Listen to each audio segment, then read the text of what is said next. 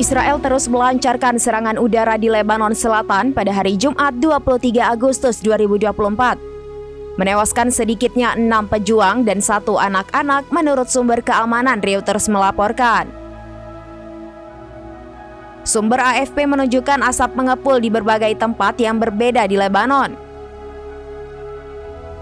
Agresi Israel di kota-kota Lebanon Selatan, Mais al-Jabal dan Tair Harfa pada hari Jumat menewaskan 4 pejuang Hizbullah. Pejuang lainnya tewas dalam serangan terpisah di dekat Aitarun menurut sumber keamanan. Serangan Israel terpisah di desa Aita sekitar 14 km di utara perbatasan dengan Israel.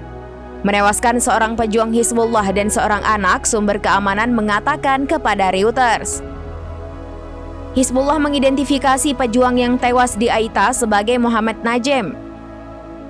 Militer Israel dalam sebuah pernyataan yang diunggah daring mengatakan bahwa mereka telah menargetkan Najem karena ia adalah anggota unit roket dan rudal Hizbullah.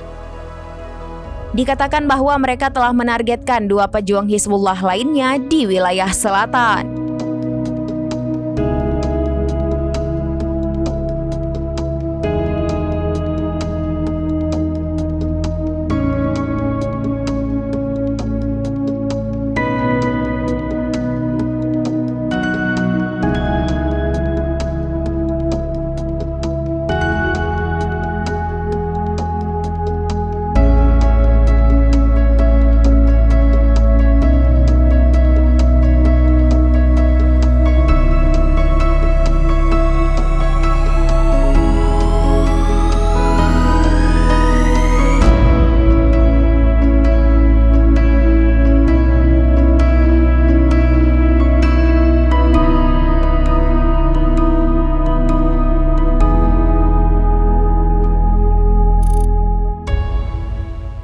Download Tribun X sekarang, menghadirkan lokal menjadi Indonesia.